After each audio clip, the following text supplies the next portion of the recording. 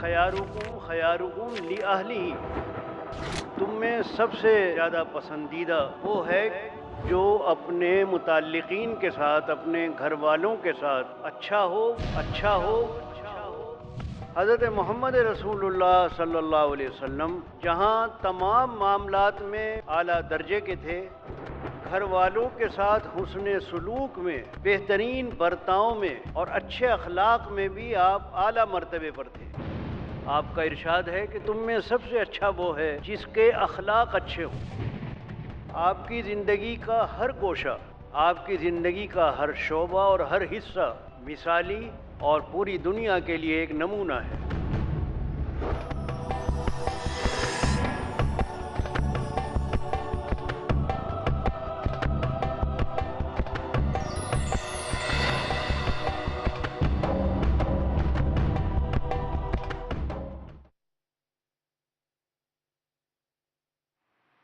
کہیں سے کوئی بات ایسی نہیں معلوم ہوئی نبی صلی اللہ علیہ وسلم کو، لیکن باہر افواہیں اڑ رہی تھیں، مخالفین کو موقع مل رہا تھا، بہت سے کمزور لوگ بھی اس میں شامل ہو گئے تھے۔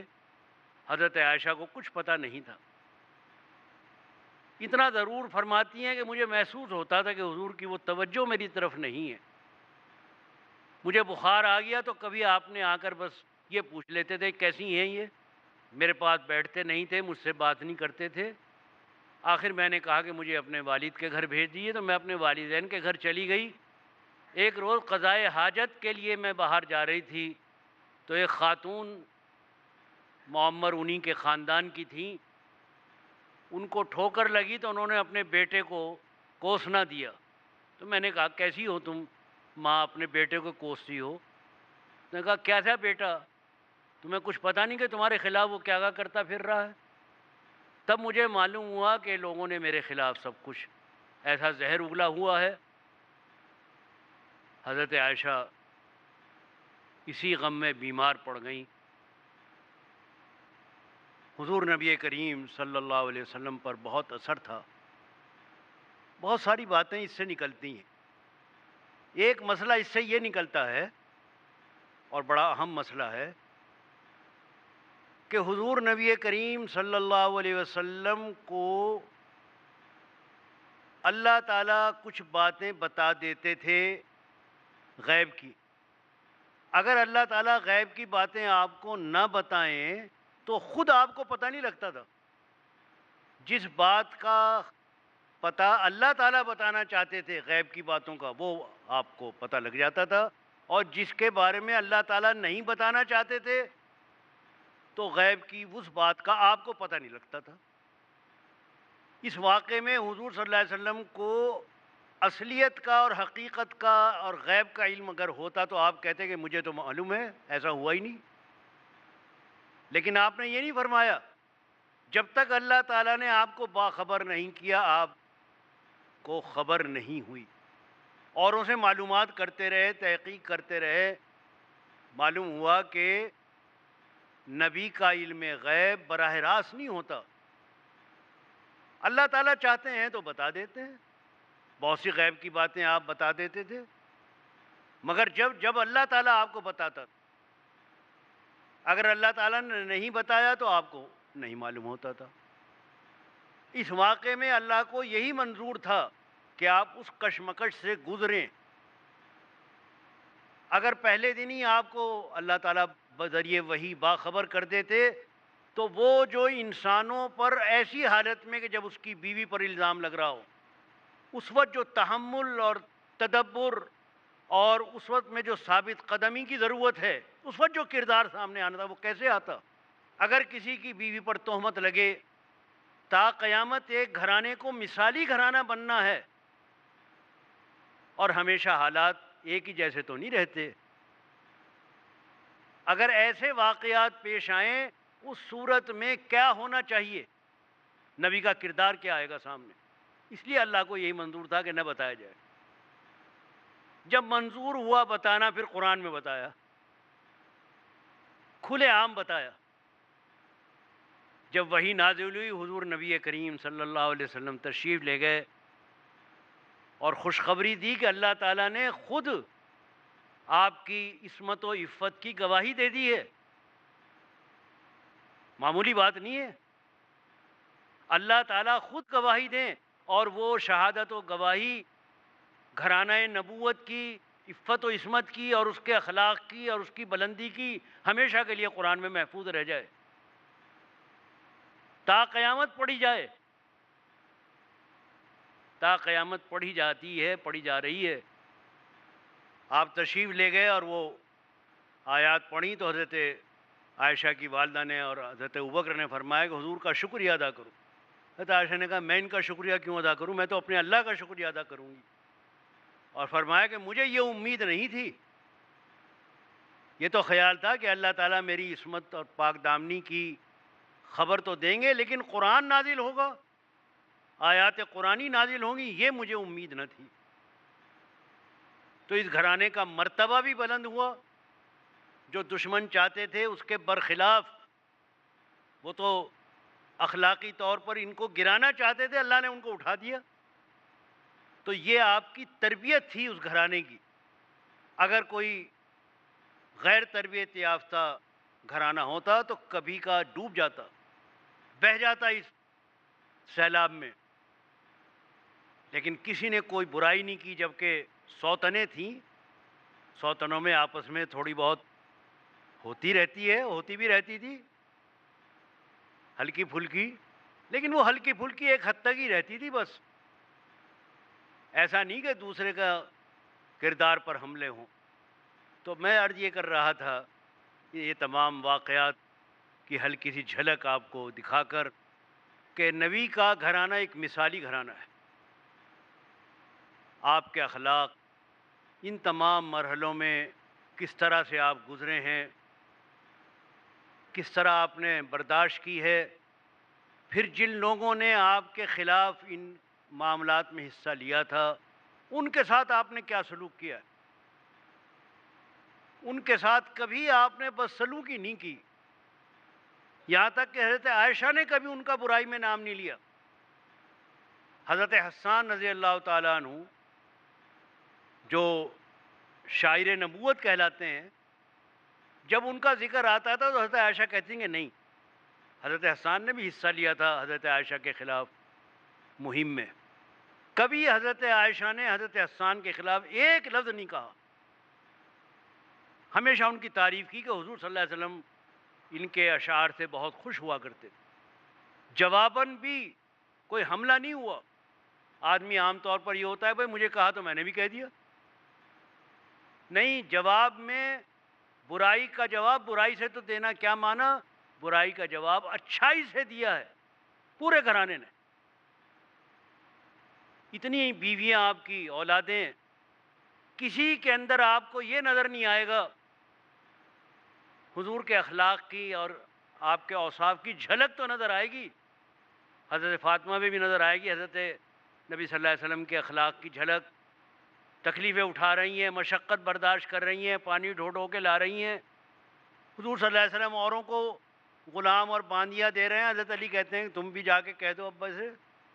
حاضر ہوتی ہیں، حضور کو پتہ لگتا ہے تو پوچھتے ہیں جا کر کیا بات تھی. تو بجائے اس کے کہ ان کو کوئی غلام یا باندی دیتے، آپ اللہ کا ذکر بتاتے ہیں جس کو تسبیح فاطمہ کہا جاتا ہے. کس طرح آپ اپنے گھرانے کی تربیت کر رہے ہیں، اولاد کی تربیت، ان کے ساتھ کس طرح شفقت سے پیش آ رہے ہیں. حدیث میں آتا ہے حضرت فاطمہ جب تشریف لاتی تھیں تو آپ ان کا کھڑے ہو کر استقبال کرتے تھے، ان کی پیشانی چومتے تھے، محبت سے اپنے پاس بٹھاتے تھے. دونوں گھر پاس ہی پاس تھے. ایک دن رونے کی آواز آئی حضرت حسن حسین کی. حضور تشریف لے گئے، دیکھا کہ ماں باپ سو رہے ہیں، فاطمہ اور حضرت علی سو رہے ہیں، بچے رو رہے ہیں. دونوں بچوں کو اٹھا کر لے گئے، خاموش کرایا، چپکا کرایا، سلایا اور لا کر لٹا دیا، اور ماں باپ کی نیند میں کوئی خلل نہیں ڈالا.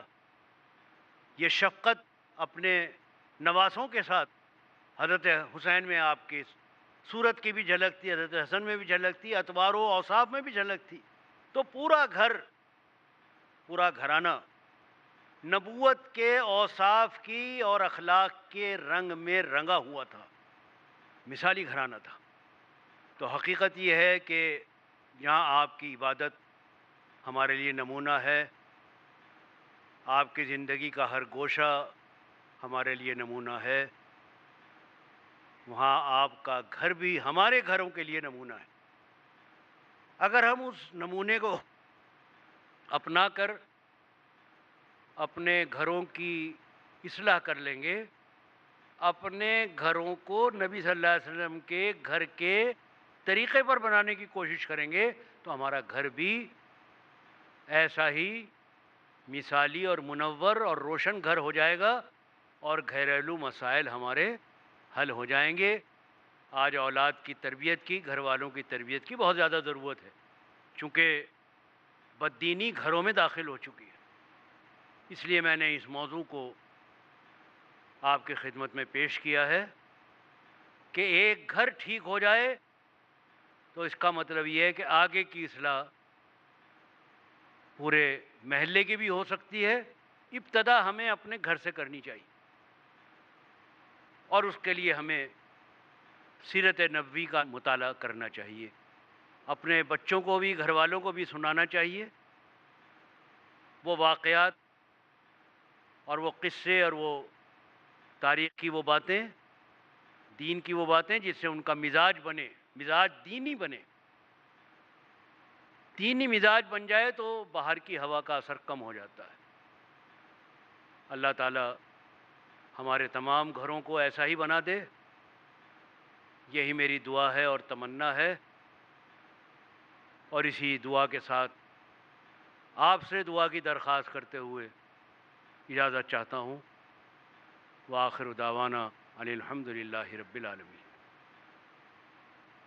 جزاک اللہ خیراً۔ ابھی آپ مولانا فضل الرحمن قاسمی حفظہ اللہ کی زبانی نبی کا گھرانہ، مثالی گھرانہ کے عنوان پر تقریر سن رہے تھے۔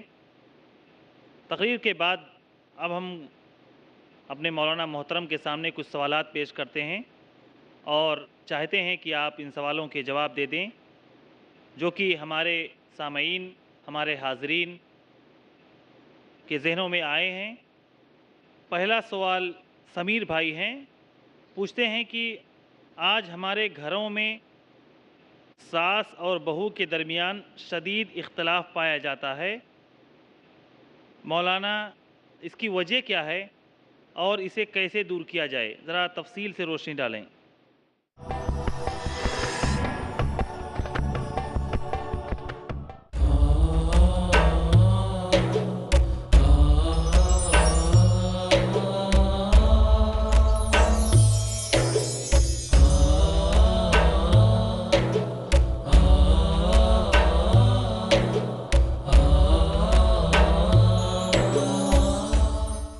جھوٹ کا اندھیرا کتنا ہی گہرا کیوں نہ ہو، سچائی کی ایک کرن سے مٹا دینے کے لیے کافی ہے۔ ہر پہلو، ہر نظریہ، ہر نقطہ سچ کا، ہر دم، ہر پل، ہر لمحہ سچ کو پیش کرنے کی جستجو۔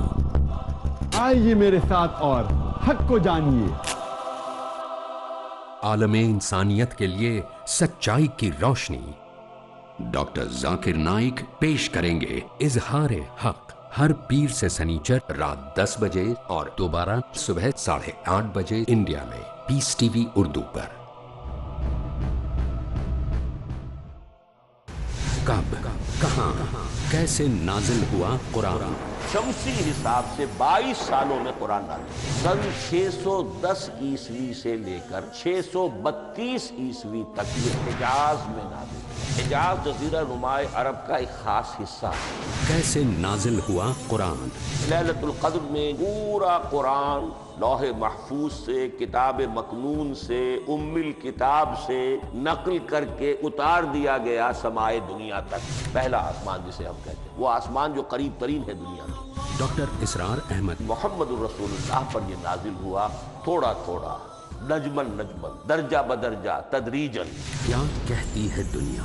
یہ واحد کتاب ہے پوری دنیا جس کے بارے میں دشمن بھی تسلیم کرتے ہیں کہ بعین ہی وہ شے جو محمد نے اپنی امت کو دی تھی آج بھی امت کے پاس صحیح موجود ہے۔ کیا مطالبہ کرتا ہے مسلمانوں سے قرآن؟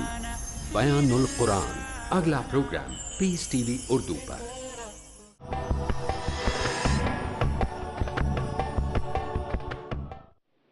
پہلا سوال سمیر بھائی ہیں، پوچھتے ہیں کہ آج ہمارے گھروں میں ساس اور بہو کے درمیان شدید اختلاف پایا جاتا ہے، مولانا اس کی وجہ کیا ہے اور اسے کیسے دور کیا جائے؟ ذرا تفصیل سے روشنی ڈالیں۔ جزاک اللہ۔ بسم اللہ الرحمن الرحیم۔ آپ نے جو سوال کیا ہے وہ اس لحاظ سے بہت اہم ہے کہ ہمارے تقریباً زیادہ تر گھروں میں یہ مسئلہ درپیش رہتا ہے، اور یہ ایک مثال بن گئی ہے ساس بہو کا جھگڑا۔ ایسا بہت کم ہوتا ہے کہ کوئی ساس اپنی بہو سے جھگڑا نہ کرے۔ میں ایک بات یہ عرض کرتا ہوں کہ اصل میں ہم نے اسلامی گھرانے اور اسلامی معاشرے کو سمجھا نہیں ہے۔ ہم لوگ اس ملک میں رہتے ہیں اور اس ملک میں جوائنٹ فیملی،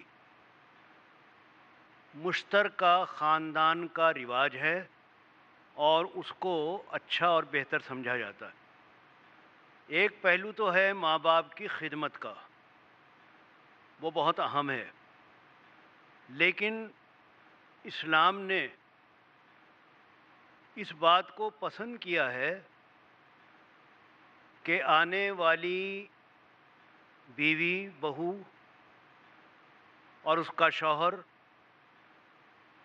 آزادی کے ساتھ الگ رہیں، الگ زندگی گزاریں اور مشترکہ خاندان کا حصہ نہ بنے۔ میں آپ کو حضور صلی اللہ علیہ وسلم کے گھرانے کی مثال دے دیتا ہوں۔ دیکھیں، حضور صلی اللہ علیہ وسلم کے اولاد نرینہ نہیں تھی، بیٹا نہیں تھا آپ کے۔ حضرت علی کرم اللہ وجہہ کو آپ نے بیٹے کی طرح پالا ہے، پرورش کیا آپ نے۔ حضرت علی کرم اللہ وجہہ کی ابو طالب سے آپ نے لے لیا تھا، اور اسی طرح آپ نے ان کی پرورش فرمائی اور پھر ان کی شادی اپنی بیٹی سے کی۔ بڑا اچھا موقع تھا کہ آپ، حضرت علی تو بیٹے کی طرح تھے ہی، ان کو گھر داماد رکھ لیتے۔ آپ کے گھر میں کوئی بیٹا تھا بھی نہیں، مدد کے لیے آپ کو بیٹے کی ضرورت تھی، گھریلو کاموں کے لیے ہر ایک کو ضرورت ہوتی ہے۔ حضرت صلی اللہ علیہ وسلم کی مصروفیات دینی دعوت کے سلسلے میں بہت بڑھتی جا رہی تھی۔ آپ اپنے گھریلو کاموں کی ذمہ داریاں حضرت علی پر ڈال سکتے تھے۔ بڑا اچھا تھا کہ آپ شادی کر کے حضرت علی کو اپنے گھر رکھ لیتے، لیکن شادی کے ایک رات بھی آپ نے گھر پہ نہیں رکھا، حضرت فاطمہ کو فوراً رخصت کر دیا۔ حضرت علی، حضرت فاطمہ الگ گھر میں رہتے تھے، آپ کی شفقتیں ان کے ساتھ تھیں، سب کچھ تھا، لیکن رہن سہن ان کا الگ تھا۔ مشترکہ فیملی میں بہت سارے مسائل پیدا ہوتے ہیں، جن میں ایک مسئلہ ساس بہو کا بھی ہے۔ آنے والی لڑکی شوہر کو بھی سمجھے، شوہر کی ماں کو بھی سمجھے، اس کے باپ کو بھی سمجھے، اس کے بھائیوں اور بہنوں کو بھی سمجھے، ان کے مزاج کو اور ان کے مطابق ان سب کی خدمتیں کرے۔ یہ اسلام کا مطالبہ نہیں ہے۔ ہاں، ماں باپ کو اگر خدمت کی ضرورت ہے، ضعیف ہیں اور لڑکا ان کا کوئی انتظام نہیں کر سکتا، اور بہو پیشکش کرتی ہے کہ نہیں، میں ایک بطور بہو کے نہیں بلکہ لڑکی کے طور پر، کہ میں ان کی بیٹی بھی ہوں، رشتے سے، شادی کے ذریعے یہ میری ساس میری والدہ بن گئی ہیں، وہ اپنی خوشی سے خدمت ان کی کرے اور ان کو ضرورت ہو تو وہ ایک الگ مسئلہ ہے۔ میں ایک عام حالات کی بات کر رہا ہوں۔ تو ساس بہو کے جھگڑے پیدا ہوتے ہیں مشترکہ فیملی میں۔ اگر آپ ان کی شادی کر کے ان کو الگ رکھ دیں تو ہر وقت کا ساتھ رہنا اور اس سے ناچاقیاں پیدا ہونا اور قدم قدم پر پریشانیاں، اور اس کی وجہ سے بعض اوقات میاں بیوی میں بھی تعلقات کا بگاڑ آ جاتا ہے. تم نے میری ماں کا یہ کیا، تم نے میری ماں سے یوں کہا. وہ کان بھرتی رہتی ہے بیٹے کی. بیٹا ایک پریشانی کے اندر پھنس جاتا ہے. ایک طرف ماں باپ ہیں، ان کی محبتیں، ان کی کے حقوق اور ذمہ داریاں ہیں، دوسری طرف نئی آنے والی ہے. اب وہ بیچ میں بیچارہ لٹکا ہوا ہے. بیوی کی طرف متوجہ ہوتا ہے تو وہ کہتے ہیں تو جورو کا غلام بن گیا. جب سے یہ آئی ہے بس بیوی کا ہی ہو کے رہ گیا، ہماری تو سنتا ہی نہیں. اگر ماں باپ کی کرتا ہے تو بیوی کہتی ہے کہ تم تو میری مانتے نہیں، ماں باپ کی مانتے ہو. تو وہ بیچارہ بیلنس قائم رکھتے رکھتے پریشان ہو جاتا ہے. وہ باہر اپنے کاروبار کو دیکھے، اپنے معاملات کے باہر کو نمٹائے، یا گھریلو مسائل سے نبرد آزما ہو. تو یہ جوائنٹ فیملی کا جو تصور اور ہمارے برادران وطن اس کو بہت اچھا سمجھتے ہیں کہ صاحب دادا پردادا تک ساتھ رہتے چلے آ رہے، اور اس کو کئی اس میں وہ خوبیاں بیان کرتے ہیں. وہ کہتے ہیں اس میں محبت بڑھتی ہے، میں کہتا ہوں محبت گھٹتی ہے. وہ کہتے ہیں صاحب اس میں کفایت شیاری ہوتی ہے. ایک ہانڈی پکی بہت ساروں نے کھا لیا، یہ غلط ہے. کفایت شیاری ہوتی ہے. گھر کا ہر ممبر یہ سمجھتا ہے کہ ذمہ داری میری نہیں ہے، دوسرے بھائی کی ہے.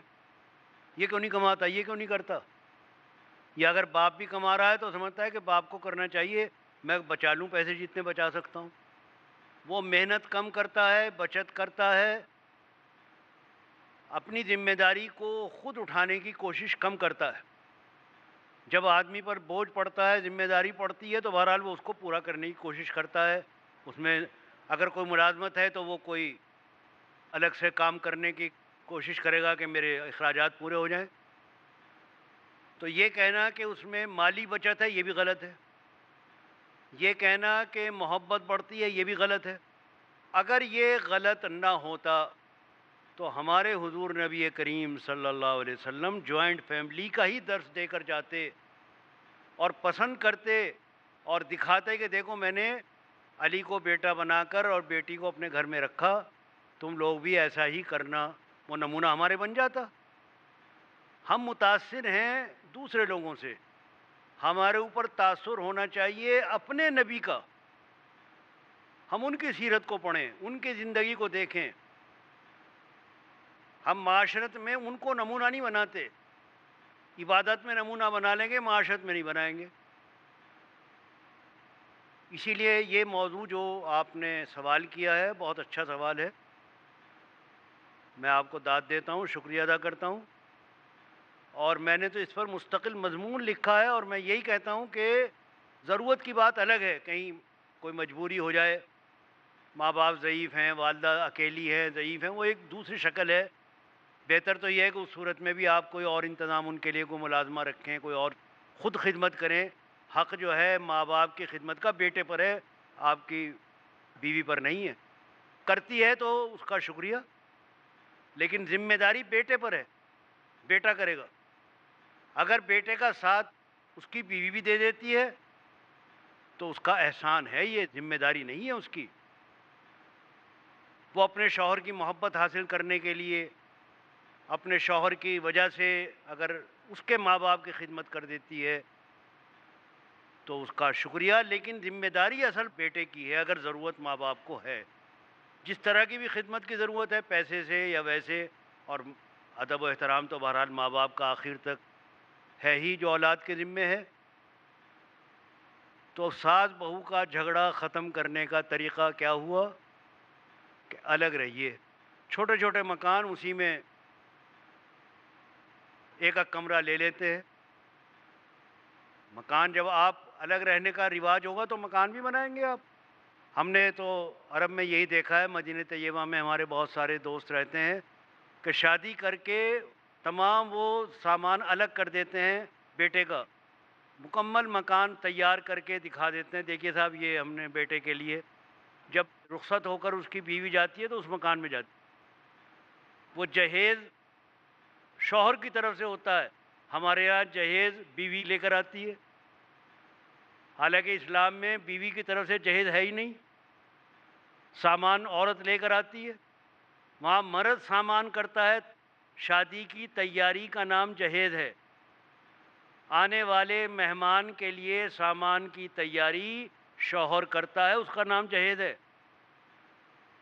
وہ سارا سامان تیار کر کے اپنی حیثیت کے مطابق اپنی بیوی کو اس میں لا کر رکھتا ہے، یہی عرب میں رواج ہے، اور یہ رواج عرب کا نبی صلی اللہ علیہ وسلم کے طریقے کے مطابق ہے، کیونکہ ان پر یہ اثر یہاں کی تہذیب کا اور یہاں کے خیالات کا نہیں پڑا ہے۔